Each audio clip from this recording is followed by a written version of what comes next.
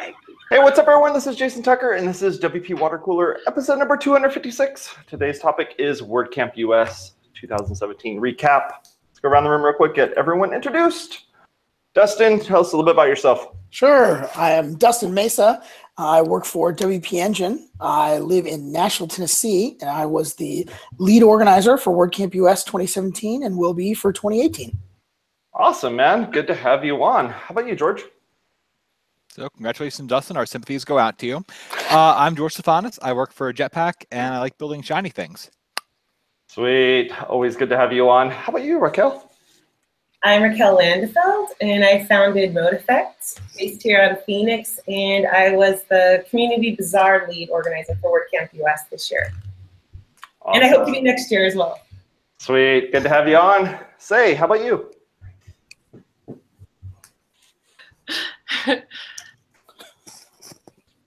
She's muted. Wait,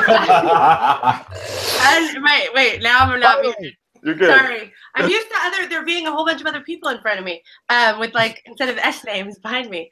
Who am I? I am Say Read Media at Say Read Media on all things. I make WordPress, teach WordPress, preach WordPress. That's good. Awesome.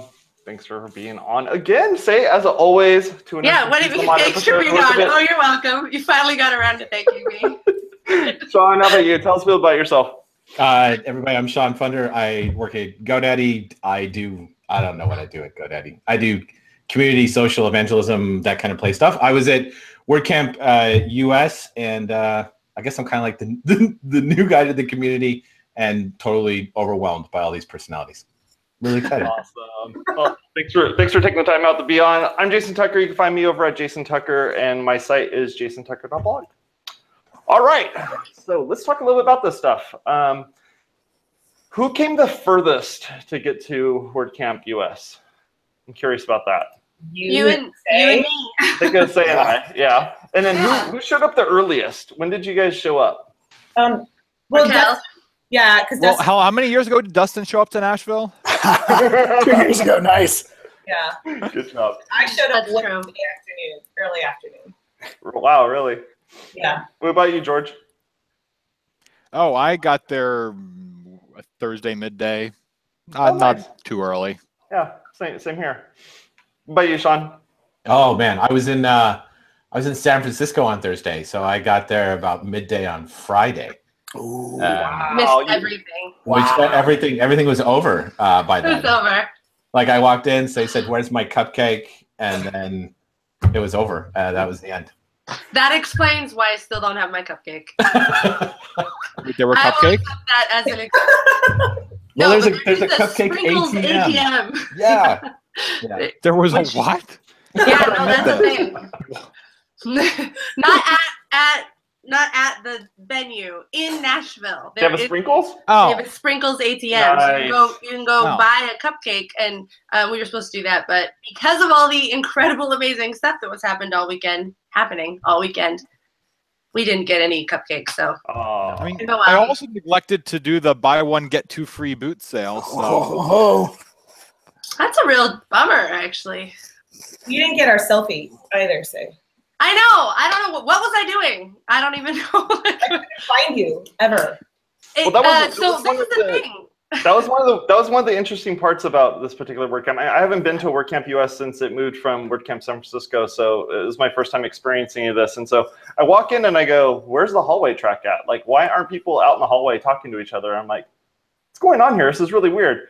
So I kept walking down a little bit further, and then there's a sign that says "Hallway track this way," and I'm like, "Are you kidding me? You guys straight up legitimized the something that I used to think was just fun, that you could just go hang out with people outside of the hallway track."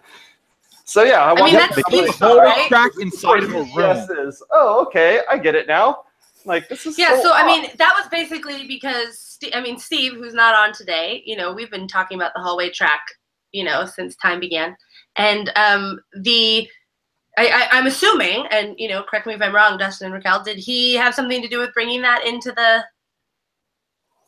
official nomenclature? So we had decided we were trying to figure out what to call that room, because it was way more than just like a sponsor hall or something like that. And I can't remember if it was Steve or it was Laura, who's the head of our marketing, but somebody said, "Why don't we just call it the hallway track?" And everybody was like, yeah, absolutely, we should. Like, that's where people will want to hang out, where, we want to put all the stuff that they need to hang out there. So yeah, it was definitely a group kind of checkbox. Let's do that. Nice. No, that's cool. I was always kind of curious, like where, like where that idea came from and stuff. And it was just, it's so weird that there's this hallway track thing that Say and I did, and we called it the hallway track. And we're like, this is awesome. Like, but we didn't file a trademark, so it's totally GPL, so it's cool. We didn't, but it was really cool. It's open source name. That's perfect. It was just really cool to see that this thing, like I walked in and I went like, oh dude, why did they legitimize this? This should have been like this organic thing that happens. And now it's like, here's an entire track devoted to this. You'd never have to leave this room. And I'm like, oh, this is awesome. Oh, you mean like when WAPU went from community culture thing to corporate and everyone started using WAPU versions of their logos? Yeah, that's a thing that happens. I don't mind more WAPUs to collect. Right? There are a lot of cool WAPUs. We should talk about that. That's a great, because they were over in the community Bazaar, which I had a hard time yesterday with Raquel remembering what the last name, what I was like, festival area. Corridor. I knew it was something. I couldn't remember exactly what the word was. But you want to talk a little bit about where that came from, like the impetus for the showcasing the Bazaar? Yeah. Yeah, it was not my idea. I was brought on early on around February and asked to lead it. The idea was to showcase local WordPress communities and to help smaller or non-existent communities get ideas of how-tos and whatnots in their own community. So my favorite part about the whole thing was that it actually happens IRL as opposed to just what we see in social media. We all talk about WordCamps and meetups, but to see it all there and to be able to go up and talk to anybody was very, very, very exciting for me personally. That's cool. Yes. Yeah, I think the community plays such a big part of, well, not just WordCamps, but WordPress in general, that it's really nice to be see it being given sort of a more formalized platform, kind of like formalizing the hallway track. It's like recognizing that value. It's like we're doing a lot more of paving the cow paths, finding what's been working. Yeah. And you said that because you're wearing a handkerchief. What is that expression? I thought they were elephant trails. I remember somebody just talking about them as elephant trails. You've never heard of paving the cow paths? Is that No, but I haven't, but I know. I have not. Okay, well, regardless, the phrase California. basically means find the things that people are wind up doing naturally and then formalize it. Yes. Instead of building what we think people will want and then they go use their other thing anyway. Yes, yes. So George hits on a great thing because, this camp moving to Nashville, we had the ability to build out a team that was kind of community wide, whereas, Philly had such a great team already installed in place in Philly that they were all local. But we wanted to open it up to people like Raquel, like Steve, right? And Alex. And we were able, Alex, I call him That's Alex. good. Evil Alex is what we call him. No. Because we have Alex Block, who is ALX, and then we have Alex Vasquez, and the extra E stands for evil. So evil Alex. I'm sure he came up with that himself. And so that gave us the ability to, like George said, take things that we know works, like hallway track, like people mingling about other communities. And we really had a sense of, hey, this camp is for the community. This isn't for anybody else, and so we wanted to give back. And man, Raquel did a great job with that. I loved it. Oh, thank you, Dustin. It was a blast, seriously. The really cool part was that I was really hoping some of our really excellent communities would get involved. And by that, I mean communities that have been longstanding, tried and true, and around and had, successful WordCamps. And that doesn't mean necessarily by size, but by community. And a lot of those communities did. And hopefully next year we'll get more. But Orange County was a big one because I always say Orange County is like my second community next to Phoenix. So I was glad they got involved. But next year we're going to have to harass a little bit more, like San Diego and Miami. And Yeah, Miami. Come on now. I know, right? You only have to go from Nashville. It's like a couple hours. And there was only so much harassing I could do. I mean, seriously, I was bugging. Without violating the code of conduct? That's another thing worth noting. I really appreciated how much emphasis was made by the organizers on the code of conduct, as well as at the after party. I mean, at the after party, there were designated code of conduct reporter personnel available. If anything did come up, they could handle it. And I don't think I think there may have been like 1 or 2 incidents, but nothing major happened. And I think that's a fantastic thing that, I mean, you see so much about tech conferences going wild and out of control. Yeah. And on the whole, I think WordCamp's been doing a pretty phenomenal job in that space. Definitely. It felt very safe. I don't know if you guys saw the picture I posted. My sister-in-law works for Google, and they had their Christmas party at the same time that we were having our after party. And so they were sending me pictures of the Google Christmas party, and I was sending them pictures of the WordPress after party.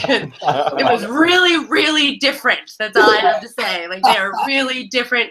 And I think that the emphasis on the code of conduct and the being, you know, the organizers were, you know, you had your different lanyards that designated you. Like, I felt like within any sort of couple of feet, I had someone if there were a problem. I've never experienced a problem at a WordCamp, but it's nice to have that there, especially like you say, with all the tech issues. Like, it's a thing. Yeah, for sure. It was one thing that we really wanted to kind of highlight. You know, we printed lots of code of conduct signs. We wanted to put a lot of people there just so everyone feels good, because everyone should be able to come and feel safe and have a great time. So I'm really glad to hear that. That makes me really happy. Yeah, even if, you know, it's assumed, I would assume, right, that you would, being on your best behavior is like, you know, what you should do, but that's not obviously the case. And having those reminders everywhere is like, hey, look, we're all, it's not just like buried on some website, you know what I mean? It's like, we're all agreeing to this. And even, I think that itself cuts down on issues that might happen, because you're like, well, everyone's aware. There's no gray area here. You know, it's like, everyone's paying attention, everyone's supportive. I think part of the importance of code of conduct is not so much that they lay out consequences for bad behavior, but more that they clarify expectations. So there's not, oh, I thought this was okay. No, everyone knew what was and was not okay in clear language going in, just to avoid problems happening in the first place, as opposed to setting up consequences if they do. Yeah. Right, and you can see the benefit of communities and building communities, building relationships, because when we know each other, the more and more we know each other, the more and more we look out for each other as well. And I have experienced that within the WordPress community, of them having my back in any sort of situation. So that's the direct benefit of the communication of the code of conduct, and the fact that we know each other and we're building these relationships. It's like, it just amplifies a better community and a better experience for all. So what things happened outside of WordCamp? Like, what were the things that happened? Like third-party events? A couple. I'm getting technical, my apologies. Who's that going? So there were a couple of really cool things happened. There was like 3 WP Engine. Yeah. I hear GoDaddy had a pretty off-the-hook party that I missed. But there was a post-status party. There was the only real off-the-books event I went to was the LGBTQWP event, which had some pretty amazing pink WPU rainbow trucker caps that you may have seen some people sporting for the rest of the event. That was awesome. Yeah. I should have put mine on for this. I forgot. It's sitting on my table. It's great. That was a great party at a great venue. I also went to the GoDaddy party, which I had to leave because there were so many people there. It was crazy. It was pretty impressive. It was GoDaddy and post-status. Yep. Yeah. Yes. Combo. And then I know there was a WP Engine party. Dustin, you were talking about. And then, of course, some people were actually, you know, thinking like you should spread out the parties. But to me, it makes a lot of sense to have that day be the third party night. Because otherwise, you know, the Saturday night, if you have an event that competes with that, it competes with it and kind of offsets it. And I really like that everyone respected that. Like, Saturday night was the WordPress after party, or the WordCamp after party, and everyone was at that. It didn't splinter. So I thought that was pretty cool. You know, Friday night, DIY, Saturday night, we all come together and And then there was a Christmas parade that happened as well that like totally threw everything out of whack, and it was like, what the heck? I wanted to see it, but I hadn't. And then I remember Cody and I were walking across the street outside, and there was like There was somebody outside. Yeah, Cody was there apparently, and he was outside. They were outside and they were performing, and they blocked the road, and we couldn't walk across the street. And Cody like leans over and he goes, "Is that Debbie Gibson?" And I'm like, "I have no idea." I'm like, "How do you know Debbie Gibson?" Youngin? Jason, were they practicing? Yeah, they were practicing outside. Yeah. It was like right in front of the stadium there. Yeah, on Friday. I got some pictures, actually. Yeah, I got some pictures too, but I don't know who that was. Yeah, I didn't either. She had like talent though, like Wranglers. I was standing right next to her when she like took off her jacket and she was like, "Check out the shirt I'm wearing." And it said "Merry Christmas, y'all." And like I was just like, "Wait, who is this?" And then the people she was talking to, they had badges and it said like talent on it. And I was like, "Ooh, that's the talent." I want that. Can I do that for US next year, Dustin? Yeah, with talent entourage. Talent Wrangler, please. Yeah. I saw the people who were on stilts, and I thought that was pretty cool. Yeah, that was Nice. pretty funny. They actually had a bench. This is like totally not WordCamp related, but they had a bench with chairs on top of it, or a table with chairs on top of it, so the people on stilts could sit down, and I thought that was pretty clever. People on stilts, for sure. There they are. Oh man. No, I So mean yeah, all that's around WordCamp. everything was happening during this time. I mean, we had, there was construction that was going on. People had to move their hotel rooms because of it being on one side of the building versus the other, and there was just a bunch of stuff that was going on. And I love the fact that the hotel that was there was just spot on, just a great location, super duper close. Didn't take too long to get to and from. If you ignore the complimentary 6:20 a.m. explosion wake-up alarm. I was going to say the same thing. There's a blast zone right next door. I live in California, man. We're used to that crap. Oh, man. I didn't know this. I came home to sleep every night, which was a gamble with a newborn. But so 6:20 a.m. explosion call, huh? Oof. That's so At funny. least you get to your sessions on time. Yeah, and Sorry, what honestly, did you say, Raquel? Everybody heard it and felt it. Oh, Yeah. wow. Oh, it's like a boom. Oh, It was Like yeah. I woke up. was I like a- assumed something horrible went down, and then I went back to sleep. They're like, they'll wake me if I need Right? to. Oh. It's cool. My favorite was So the sign angry. when you're tidying up. There was a sign that said "Caution Blast Zone." Like, Blast zone. how do you caution that? Sometimes it says There's caution. Smashville. It says caution, blast zone, no two-way radios. And I'm like, wait a minute. I could just walk in with a two-way radio and just start setting off blasts? That's crazy. Yikes. Yeah, I well, like that that's where your mind went, Dustin. You're like, oh, so that means I can blow things up. well, yeah, I mean, challenge I've accepted. got a Exactly. two-way radio. Yeah, I was like, people are still using two-way radios? That's really where I went with that. I mean, outside so- of the awesome. camp itself, the food was ridiculous in the areas that were around us. Yeah. The places, all the venues to go to, everyone had these awesome photos and things that they were doing of going to different events and stuff. You walk around the city and music is playing everywhere. I mean, there's nowhere else you can do that sort of thing and have that happen like that. So really, New really. Orleans. New Orleans as well, I guess. Yeah, George, you had something? My apologies. Yeah, no, I'm just saying that the quality of all the talks that I sat in on were fantastic. I will say, I think my favorite talk I was in was Morton's talk about the future of Gutenberg. Yep. Because it was he's like the absolutely talk stellar and of the, looking talk more of the like. weekend. I think so. I mean, he was really looking at like the big picture and where Gutenberg can take us. And there's a lot of untapped potential there and a lot of things that it will open up. He got people hyped. Yeah, for In sure. a way that I mean, and, Yes. and the next day, In a way that with the only state of the Morton word- can. Yeah, but exactly, because he made sense, and he was like, yes, there are problems, but there's also this future, that it could be, and I think everyone's like, oh. And then with the walkthrough in the State of the Word, the following day, everyone was like, all right, like I was like collective on Twitter. Right? If I hadn't known firsthand that like Morton was picked in the regular process, I would have guaranteed Matt planted him and paid him a lot of money to get people hyped about Gutenberg. It was and the state of follow the it up. Gutenberg, though, wasn't it? Yeah, It totally the was. state of the It was Gutenberg. the State of the Gutenberg. The State I mean, of the Gutenberg. I think it's important to note that Morton does not work for Matt in any fashion or form whatsoever.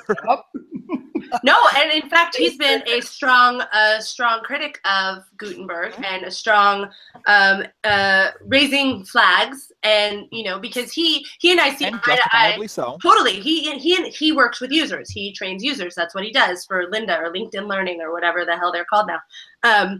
But that he, you know, is trying to explain to people how to use this, and so his focus is on usability and that very, very important customer. And I think that his viewpoint is really important. That's what I think. Yeah. I'm curious what your other conversations looked like around Google. I talked about that. It seemed nonstop. Like everybody that came up, that would come up, we'd end up talking about Gutenberg, and part of that was how it could completely shift the ecosystem of themes and plugins.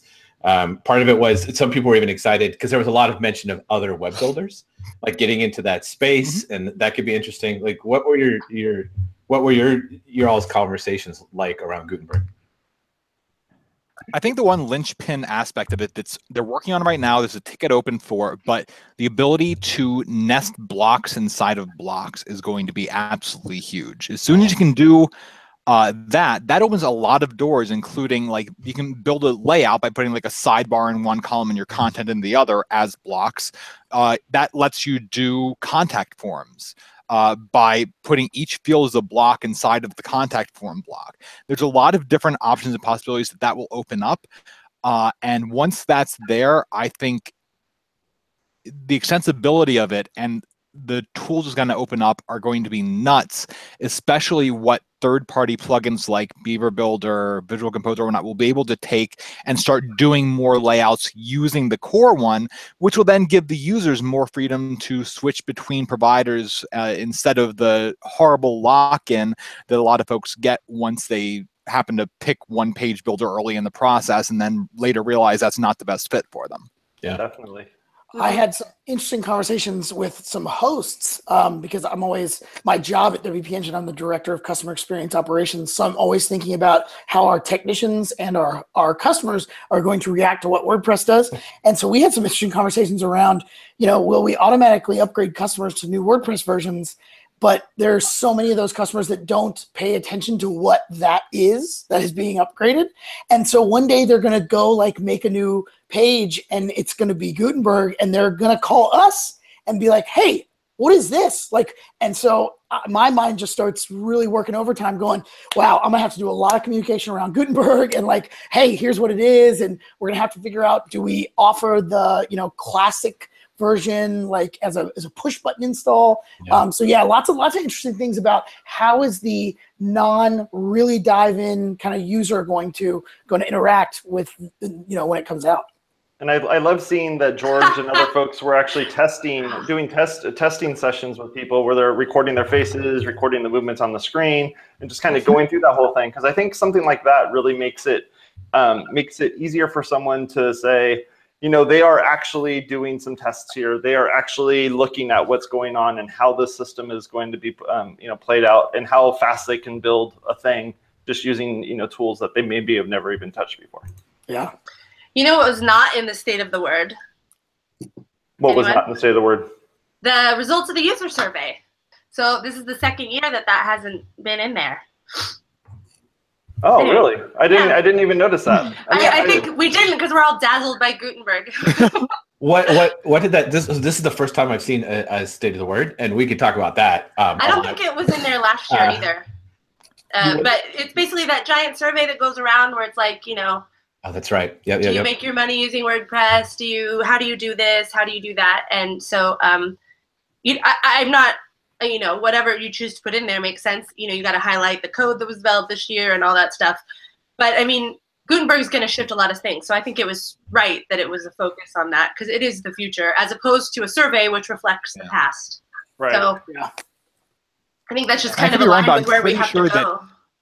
Sorry, go ahead. I'm pretty sure he got swamped for space. I mean, there's only so many slides you can put in the thing and still fit in a 20-minute doing something live and not having it break horribly. Yeah, live demo that happened. Oh my gosh, crazy! That live demo, yes, Jason. Oh my! I'm sitting there going, this is gonna break. Something's gonna break. He's not even running Trunkly. He's running multiple hybrid versions. Like there's down line. Something's gonna break. None of those people on stage were Steve Jobs. Is all I'm saying. Like, right? So it was crazy to see that happen. They did better than who was it? Was it? I don't remember. With the Apple dude who like couldn't get his thing up. Yeah. Didn't hit his screen. Didn't go. You mean Steve Ballmer from Microsoft? Developers. Apple dude, Microsoft dude. Whatever. They like picked up the thing and then like it didn't work. It was the Apple thing. It was the Apple IM. Shut up. Just move on. I think it was the face recognition. But yeah. The face recognition. Yes. It wasn't Microsoft. Although they screw up too, I'm sure. Yeah. You know what else? You know what else wasn't in the State of the Word? What's that? A picture. Pictures of you and I? Because we've been in there before.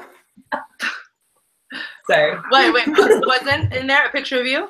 Yeah. Yeah, and like 2013 or 14, we were in the State of the Word. It was Jason and me sitting on the floor.